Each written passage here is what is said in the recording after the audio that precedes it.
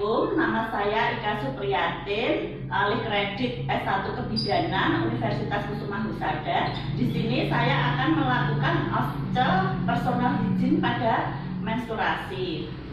Sebelumnya saya akan mempersiapkan alat dulu. Alatnya cuma buku dan alat tulis ballpoint. Kemudian Waalaikumsalam. Mari Mbak, silakan duduk. Sebelumnya pintu saya tutup dulu ya Mbak ya. Ya. Menjaga privasi. Sebelumnya perkenalkan dulu, nama saya Bidan Ika Supriyatin yang bertugas pada pagi ini. Ada yang bisa saya bantu? Perkenalkan nama saya Mbak Di. Umur saya 16 tahun. Iya. Saya mau konsultasi tentang menstruasi. Oh, menstruasi. Ada keluhan apa ya untuk menstruasinya? Itu kata-kata di sekitar lipatan paha. Oh gitu. Sebelumnya saya data dulu ya. Namanya siapa tadi? Mbak D. Mbak D. Umur berapa? 16 tahun. Alamatnya mana? Di Jalan Rinjani Timur, nomor 7. Oh iya. Ini saya periksa dulu ya Mbak ya. Monggo silahkan.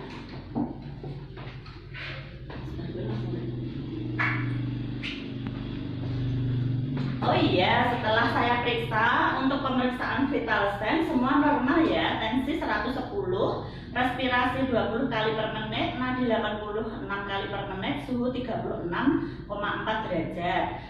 Tadi sudah saya periksa, ternyata di lipatan paha kelihatan kemerahan. Jadi yang menyebabkan gatal itu karena kemerahan di lipatan paha itu. Terus di sini saya akan menjelaskan tentang personal hygiene saat menstruasi ya Mbak ya, dengan tujuan agar saat menstruasi menjaga kebersihan dan faktor-faktor yang mempengaruhi perilaku saat menstruasi dan tindakan apa yang dilakukan saat menstruasi. Di sini saya akan menjelaskan semuanya ya. Oh ya, selama ini apa yang sudah Mbaknya ketahui tentang personal hygiene saat men ya? Apakah biasa-biasa saja atau lebih untuk menjaga kebersihan dengan cara atau bagaimana begitu? Belum. Oh belum. Oh iya, saya jelaskan Mbak ya. Personal hygiene saat menstruasi itu adalah perilaku yang berkaitan tentang tindakan untuk memelihara kesehatan dan upaya untuk menjaga di daerah kewanitaan saat menstruasi ya. Terus faktor-faktor yang mempengaruhi perilaku personal hygiene menstruasi itu sendiri ada banyak ya Mbak ya. Satu, citra tubuh atau penampilan itu sangat penting ya untuk pas saat menstruasi ya. Jadi harus menjaga penampilan walaupun saat menstruasi gitu. Terus praktek sosial itu sebelumnya belum menstruasi tapi jenengan masih manja, masih anak mama, terus akhirnya kamu diusahakan untuk merawat dirinya sendiri kayak gitu ya. Terus tingkat ekonomi itu sangat berpengaruh sekali, soalnya kadang untuk memenuhi kebutuhan kebersihan itu harus memerlukan juga untuk membeli sabun, untuk membeli pasta gigi, untuk membeli alat-alat mandi kayak gitu nggih. Terus yang keempat, pengetahuan tentang menstruasi. Ini penting ya Mbak ya. Jika tidak jenengan ketahui, nanti akibatnya akan menimbulkan penyakit di saluran reproduksi kayak gitu ya. Terus pengaruh budaya juga ada. Jadi budaya orang itu berbeda-beda ya. Jadi misalkan budaya jenengan sama yang satu kan cara perawatannya juga beda-beda kayak gitu ya. Terus kebiasaan seseorang, jadi mandi, mencukur rambut, kebiasaan seseorang itu sangat beda dan cara perawatan dan produknya itu juga berbeda-beda kayak gitu. Kondisi fisik itu sangat berkurang untuk merawat diri. Jadi misalkan Anda sakit juga harus ada bantuan dari orang lain kayak gitu. Terus indikator dalam personal hygiene saat mens itu ada perawatan kulit dan wajah. Jadi misalkan saat mens itu muncul jerawat. Jadi Anda harus sering cuci muka. Jadi untuk mencegah munculnya jerawat itu harus menjaga kebersihannya dengan mencuci muka ya. Terus kebersihan rambut. Jadi untuk kebersihan rambut di area kemaluan itu nggak boleh untuk mencabut bulu rambut ya Mbak ya, karena akan menyebabkan iritasi kayak gitu ya.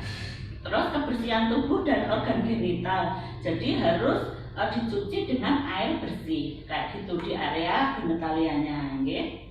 Terus kebersihan sehari-hari, jadi untuk memakai CD nggak boleh ketat, terus bahannya yang karton agar tidak lembab kayak gitu ya. Untuk memakai CD-nya jangan ketat ya. Terus penggunaan pembalut itu harus bersih, tidak berwarna yang daya serapnya tinggi.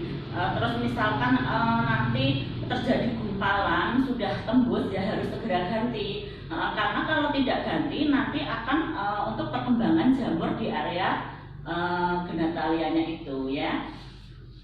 Terus tindakan yang dilakukan saat mens itu apa? Karena mencuci muka itu harus sehari 3 kali ya untuk menimbulkan mencegah timbulnya jerawat itu. Jadi sesering mungkin, jadi sehari 3 kali kayak gitu ya. Terus mencuci rambut keramas juga harus 2 kali dalam 2 hari sekali ya. Jadi keramas cuci rambut itu 2 hari sekali. Mandi yang bersih dengan sabun, memotong kuku, terus mencuci tangan dengan sabun dan air mengalir sebelum dan sesudah memegang genitalia. Jadi untuk membersihkan genitalia dengan air bersih, tidak boleh menggunakan antiseptik, tidak boleh memakai bedak atau parfum-parfum di area genitalia itu, dan membasuh genitalia itu dari arah depan ke belakang. Jadi jangan terbalik karena untuk di area belakang kan kotor, jadi harus dari depan vagina ke belakang ya, ke anus ya, kayak gitu. Terus ganti pembalutnya Mbak sehari berapa kali? 2-3 kali. Oh, berarti kurang ya Mbak ya. Untuk ganti pembalut itu bagusnya 4-5 kali setelah mandi atau BAK atau BAB, itu harus sesering mungkin ya. Gitu. Terus mencukur, merapikan rambut kemaluan itu agar tidak gatal ya. Jadi harus merapikan rambutnya dan mencukur gitu agar tidak gatal kayak gitu. Terus dampak yang sering timbul pada personal hygiene itu ada 2, yaitu dampak fisik dan dampak psikologis. Dampak fisik ini akan menimbulkan infeksi alat reproduksi, kanker leher rahim, keputihan bila tidak segera ditangani ya Mbak ya. Jadi misalkan dengan ada keluhan langsung untuk berkonsultasi ya, karena nanti misalkan jangka panjang akan bisa menyebabkan kemandulan kayak gitu ya. Terus dampak psikososial adalah gangguan kebutuhan rasa nyaman dan interaksi sosial. Jadi psikososialin jenengan jadi kan mungkin rasanya yang tidak nyaman kayak gitu. Jadi nek jenengan menjaga personal hygiene-nya bagus, jadi akan terasa nyaman kayak gitu ya. Yang sudah saya jelaskan, ada yang ditanyakan? Oh ya, sudah jelas ya Mbak ya. Oh nggih ya. Sudah dulu cukup sekian ya Mbak ya, edukasi mengenai personal hygiene saat menstruasi. Semoga bermanfaat ya. Ada kurangnya saya mohon maaf ya Mbak ya. Ya.